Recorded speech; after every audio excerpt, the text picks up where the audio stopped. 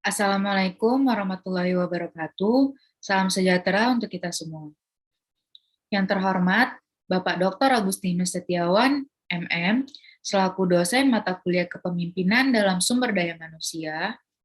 Yang terhormat, Ibu Yudi Giovanna Priscilla, SEMM, selaku dosen mata kuliah Manajemen Sumber Daya Manusia. Yang terhormat, Bapak Heri Haryanto, SEMM, selaku dosen mata kuliah Perilaku Organisasi. Pada kesempatan kali ini, kami akan mempresentasikan hasil analisa dari kelompok 6 terkait proyek UTS dengan tema peran pemimpin dalam peningkatan kompetensi sumber daya manusia di era 4.0. Saya selaku moderator kelompok 6, di sini akan memperkenalkan anggota kelompok kami. Yang pertama, yaitu Hairunisa Azreka dengan nomor NPM 2141053, yaitu saya sendiri. Yang berikutnya yaitu Ella Rahmawati dengan nomor NPM 2141040. Selanjutnya ada Velia Rifanti dengan nomor NPM 2141172. Dan yang terakhir ada Putri Surya Sri Rahayu dengan nomor NPM 2141043. Yang pertama, di sini saya akan membahas materi yang pertama akan saya bahas yaitu latar belakang pentingnya dan konsep kepemimpinan dalam sumber daya manusia. Kepemimpinan dalam manajemen sumber daya manusia yaitu seorang yang bertanggung jawab dalam hal mutu sumber daya manusia di mana orang tersebut disebut pemimpin atau seorang leader. Kesuksesan atau kegagalan dalam suatu organisasi ditentukan oleh sistem kepemimpinan yang diterapkan dalam organisasi tersebut. Kepribadian seorang pemimpin menjadi faktor penting dalam kepemimpinan yang efektif. Dalam peningkatan sumber daya manusia yang dimiliki PT SIDO muncul, fokus membenahi dan meningkatkan kualitas sumber daya manusia untuk menjaga mutu produk, serta handal dalam penjualan dan pemasaran produk mereka.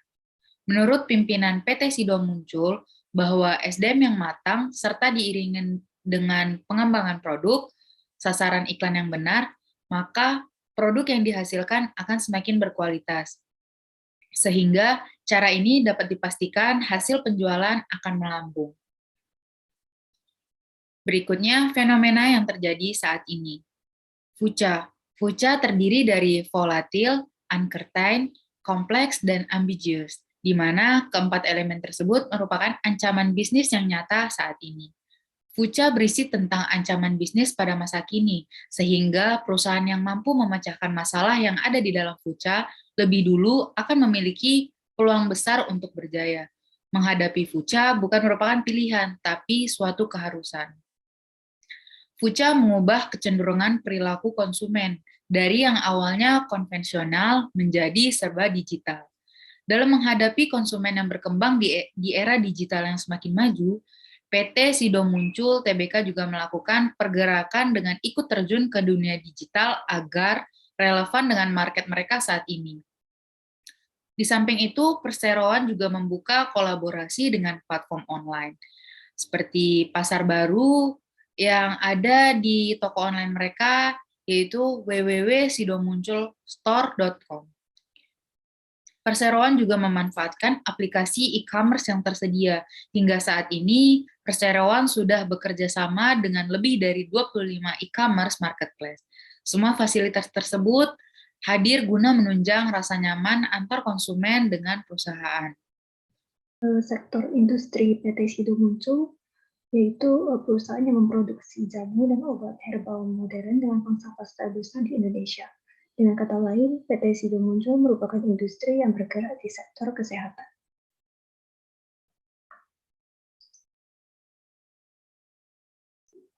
Struktur organisasinya yang pertama, yang mempunyai kekuasaan tertinggi adalah rapat umum pemegang saham. Yang kedua yaitu yang di bawahnya ada Dewan Komisaris. Dewan Komisaris terdiri dari 3 tingkatan, yaitu Komisaris Utama, Komisaris, dan Komisaris Independen. Tugas dari Dewan Komisaris ini adalah melakukan pengawasan atau kebijakan pengurusan baik perseroan maupun usaha perseroan dan memberi nasihat kepada direksi. Di bawah Dewan Komisaris terdapat direksi yang dibagi menjadi 2 tingkatan, yaitu direktur utama dan direktur yang bertugas untuk mengkoordinasi semua kegiatan yang berhubungan dengan ketenagakerjaan dan membuat peraturan bagi karyawan. Dan terdapat 2 posisi lagi, yaitu Komite Nominasi dan Remunerasi, yang di dalamnya terdapat ketua dan anggota, serta Komite Audit, yang terdiri dari anggota dan ketua, di mana tugasnya adalah memberikan pendapat kepada Dewan Komisaris mengenai laporan atau hal-hal yang disampaikan oleh direksi kepada Dewan Komisaris dan mengidentifikasi hal-hal yang memerlukan perhatian komisaris, dan tugas keduanya adalah menelaah laporan keuangan yang akan dikeluarkan perusahaan kepada publik. Internal audit diangkat dan bertanggung jawab langsung kepada direktur utama. Di bawah direksi terdapat sekretaris perusahaan yang bertugas untuk menjaga persepsi publik atas citra dan kinerja perseroan, pemenuhan terhadap peraturan perundang-undangan yang berlaku di pasar modal, bertanggung jawab atas keterbukaan informasi perseroan sebagai perusahaan publik, di mana di sampingnya terdapat fungsi korporasi, yang di dalamnya terdapat fungsi pemasaran operasional, penjualan dan distribusi domestik, akuntansi dan keuangan, komunikasi dan tanggung jawab sosial, serta terdapat unit usaha strategis, di mana di dalamnya terdapat unit obat herbal dan minuman, unit obat farmasi, unit ekstraksi, dan unit ekspor. Perencanaan tenaga kerja. Setelah melakukan metode penelitian terhadap PT Sido Muncul, tim mendapatkan informasi bahwa industri jamu dan farmasi melakukan ekspansi bisnis dengan membuka lowongan tenaga kerja yang tersedia. Maka dari itu, tim melakukan analisa mengenai perencanaan tenaga kerja yang dilakukan oleh PT Sido Muncul Tbk. Yang pertama, yaitu Human Resource Planning yang akan dijabarkan pada analisa pekerjaan di bawah ini. Analisa pekerjaan. Dalam menganalisa jenis pekerjaan yang sedang dibutuhkan PT Sido Muncul, diketahui bahwa PT Sido Muncul sedang membutuhkan karyawan yang dapat bekerja sebagai senior web programmer full stack dengan beberapa persyaratan berikut. Job specification-nya, yang pertama, kandidat harus memiliki setidaknya gelar sarjana teknik komputer atau telekomunikasi, ilmu komputer atau teknologi informasi. Yang kedua, usia maksimal 35 tahun. Yang ketiga, minimal 3 tahun pengalaman kerja di bidang terkait yang diperlukan untuk posisi ini. Yang keempat, nyaman bekerja dengan berbagai sistem operasi. Yang kelima, kemampuan untuk mengembangkan kode script. Yang keenam, B dan MySQL. Yang ketujuh, pengalaman dalam framework atau lateral code engineer. Yang kedelapan, pengetahuan yang baik dalam SQL dan query. Yang ke-9, pengalaman dengan perpustakaan dan API pihak ketiga atau ISAN, HTTP, dan lain-lain. Yang ke-10, pengalaman dengan Linux, web server, eQuery, JavaScript, HTML, CSS. Yang ke-11, analisis dan pemecahan masalah yang baik.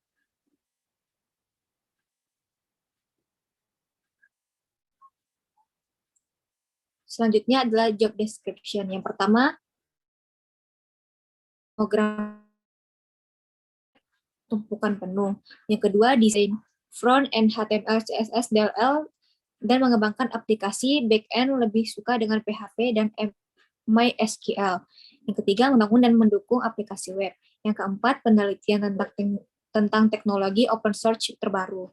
Yang kelima, monitor dan analisis sistem saat ini untuk mengidentifikasi bug potensial dan peningkatan potensial. Yang keenam, pertahankan program sistem saat ini dan dukung peningkatan aplikasi web.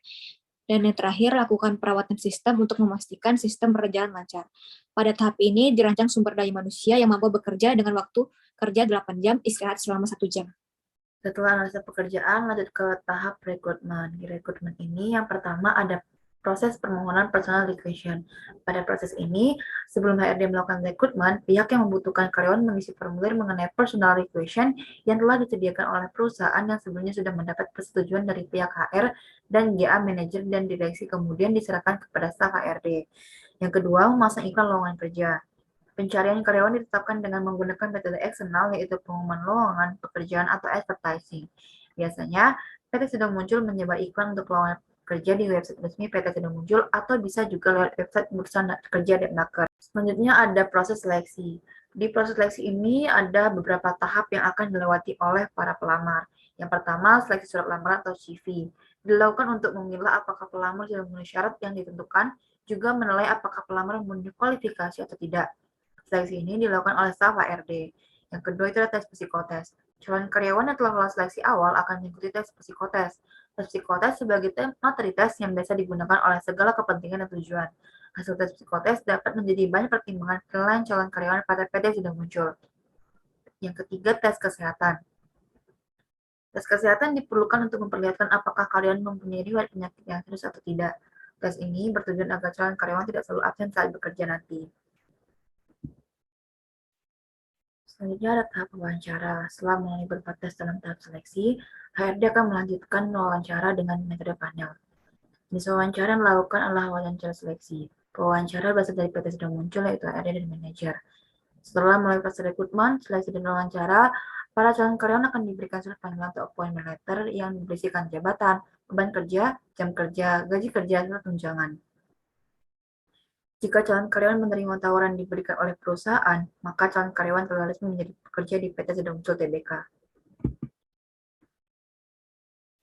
Next itu adalah training. Setelah resmi menjadi karyawan, perusahaan akan melakukan training kepada karyawan baru yang disebut sebagai induction training.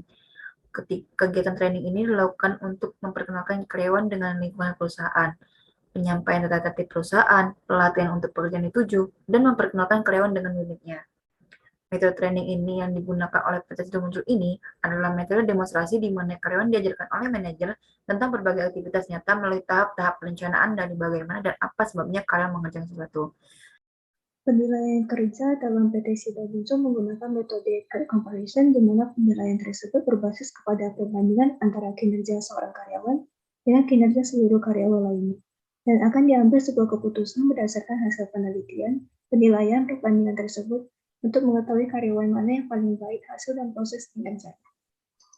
Selanjutnya yaitu peraturan kerja di PT Sido muncul.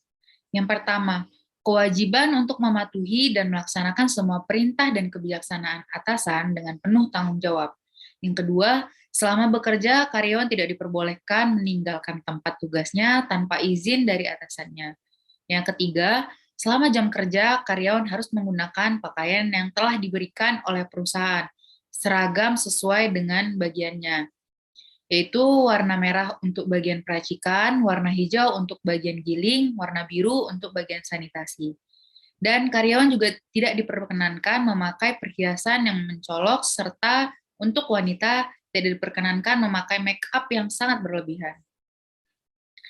Yang keempat, setiap karyawan harus ikut bertanggung jawab atas terpeliharanya keamanan barang perusahaan, baik barang dagangan maupun perlengkapan perusahaan.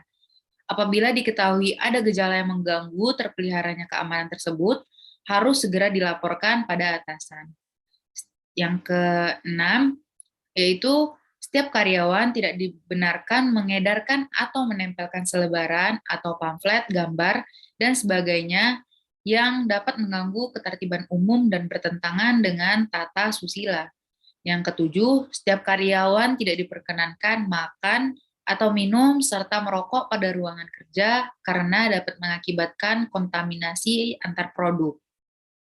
Dan yang terakhir, setiap karyawan yang bekerja di ruang produksi hanya diperkenankan untuk bekerja sesuai dengan bagiannya masing-masing.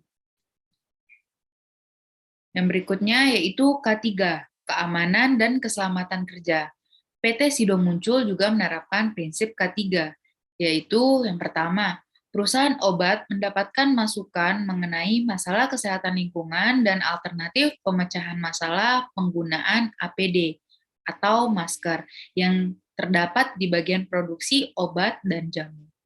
Yang kedua, terjadinya kerjasama antara jurusan kesehatan lingkungan dan Politeknik Kesehatan untuk memajukan kegiatan sanitasi lingkungan, khususnya K3 dalam penggunaan APD di industri. Yang ketiga, mengurangi tingkat kecelakaan kerja akibat penggunaan APD di industri. Yang keempat, dapat memberikan informasi kepada pekerja mengenai pentingnya penggunaan APD, khususnya masker, bagi para pekerja yang berada di ruangan yang tingkat bahaya udaranya tinggi. Dan yang terakhir, menumbuhkan kesadaran pekerja bagian ruang pencetakan tablet akan pentingnya penggunaan APD pada saat mereka bekerja. Yang berikutnya yaitu job karakteristik model atau model karakteristik pekerjaan. Hasil analisa pada PT SIDO muncul yaitu bahwa perseroan ini menerapkan salah satu dimensi inti yaitu variasi keterampilan. Variasi keterampilan adalah sejauh mana pekerjaan menuntut aktivitas yang berbeda dalam pelaksanaan tugasnya. Pekerjaan yang membosankan dan monoton tidak akan memotivasi karyawan, sedangkan pekerjaan yang menantang dan bervariasi memiliki efek positif pada motivasi. Di sini berarti manajemen SIDO muncul berusaha menciptakan iklim bersaing antar karyawan. Dengan menciptakan persaingan antar karyawan tersebut, manajemen dapat mengacu kinerja karyawan dalam memenuhi target-target yang telah dibebankan. Hal ini pada akhirnya akan dapat meningkatkan kinerja perusahaan secara menyeluruh, yaitu memotivasi internal kerja yang tinggi, mendapat hasil kepuasan kerja, dan ketidakhadiran dan perputaran karyawan yang rendah. Meskipun sangat memperhatikan target dan daya saing, gaya pengelolaan yang manusiawi tetap diterapkan oleh manajemen dan direksi SIDO muncul. Materi selanjutnya akan dijelaskan oleh rekan saya. Desain merupakan sebuah desain ulang yang mencakup kegiatan yang berhubungan dengan pekerjaan untuk meningkatkan kualitas kerja karyawan atau produktivitas karyawan. Organisasi atau perusahaan melakukan job redesign ketika perusahaan sedang mengalami perubahan, baik karena persaingan bisnis, perluasan operasi bisnis, dan faktor lainnya. Tujuan dari perusahaan melakukan job redesign adalah untuk meningkatkan quality work life karyawan seperti motivasi kerja, kepuasan kerja, komitmen organisasi, dan kinerja karyawan. Metode dalam job redesign ada 3, yaitu yang pertama job rotation, di mana itu merupakan penggilingan atau pergantian periode karyawan dari satu pekerjaan ke pekerjaan lain dengan tujuan untuk menyelesaikan pekerjaan lebih banyak dengan tugas yang berbeda untuk memberikan sedikit variasi, otonomi, atau motivasi. Yang kedua, job enlargement, yaitu bentuk perluasan kerja atau despesialisasi dan jumlah tugas yang dikerjakan oleh karyawan. Dan yang ketiga ada job enrichment, di mana itu merupakan proses pengembangan karyawan dengan tujuan agar karyawan dapat berpikir dan perilaku seperti seorang manajer. Job sharing. Job sharing adalah suatu sistem kerja yang mengatur 2 orang atau lebih untuk mengerjakan satu tugas secara bersama-sama. Jadi, 2 karyawan akan saling bekerja sama dan mempunyai tanggung jawab yang sama untuk menyelesaikan satu pekerjaan yang sebenarnya bisa diselesaikan oleh 1 orang. Cara seperti ini dapat dilakukan perusahaan ketika kondisi ekonomi sedang tidak stabil. Ada beberapa keuntungan dari membagi pekerjaan. Keuntungan tersebut antara lain yaitu yang pertama, keterampilan dan pengalaman, khususnya jika karyawan saling melengkapi. Yang kedua, meningkatkan pemecahan masalah dengan cara yang lebih beragam. Yang ketiga, kontinuitas dan cakupan pekerjaan yang bila tidak ditanggulangi akan merugikan perusahaan. Kerugian tersebut antara lain, yang pertama, rekan kerja yang dipasangkan dengan karyawan yang lain belum tentu cocok. Yang kedua, berpotensi terjadi tumpang tindih pekerjaan antara karyawan jika pembagian tugas tidak berimbang. Dan yang ketiga, sistem penggajian jauh lebih rumit.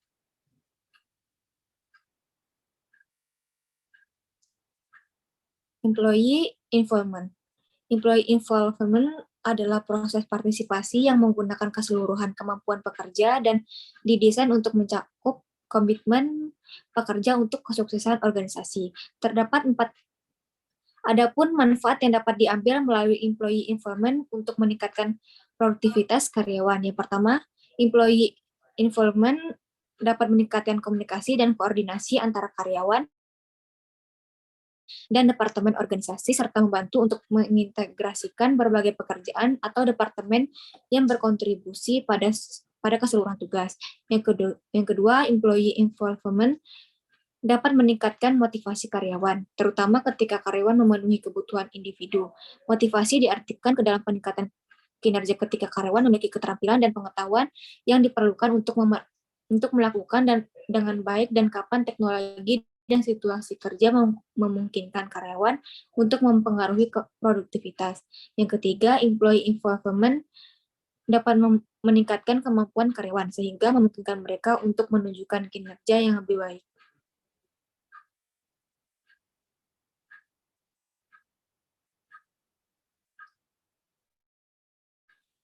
Variable Pay Programs.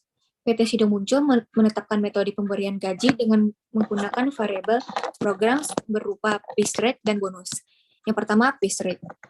Pembayaran gaji karyawan yang ditetapkan oleh PT Sido Muncul adalah menggunakan variable piece rate. Jenis pembayaran gaji ini dilakukan ketika kinerja karyawan dinilai bagus oleh atasan, maka karyawan tersebut dapat diberi gaji tambahan. Yang kedua, bonus. Pembayaran gaji karyawan yang ditetapkan oleh PT Sido Muncul adalah menggunakan metode bonus, di mana seperti membayar metode piece rate, karyawan diberikan tambahan bonus oleh atasannya.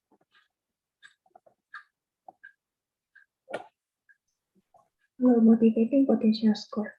Berdasarkan hasil studi didapatkan bahwa pemberian motivasi dan pemenuhan kepuasan kerja di PT Sido Muncul sudah baik. Pihak manajemen PT Sido Muncul memberikan motivasi untuk pemenuhan kebutuhan karyawannya, maka setiap karyawan memperoleh hasil yang lebih baik. Faktor motivasi ini juga mempengaruhi prestasi kerja karyawan, di mana karakteristik individu, pekerjaan, lingkungan kerja, dan kepuasan kerja sangat diperhatikan karena akan berpengaruh kepada prestasi kerja. Sehingga bagi PT Sido Muncul, motivasi sangat diperlukan untuk terus meningkatkan keefektivitasan kerja karyawan. Kedisiplinan karyawan sangat diperhatikan oleh perusahaan. Kedisiplinan dalam waktu kerja, penataan aturan kerja, apakah sudah sesuai atau belum. Motivasi mempunyai berbagai teori, salah satunya yaitu teori Maslow.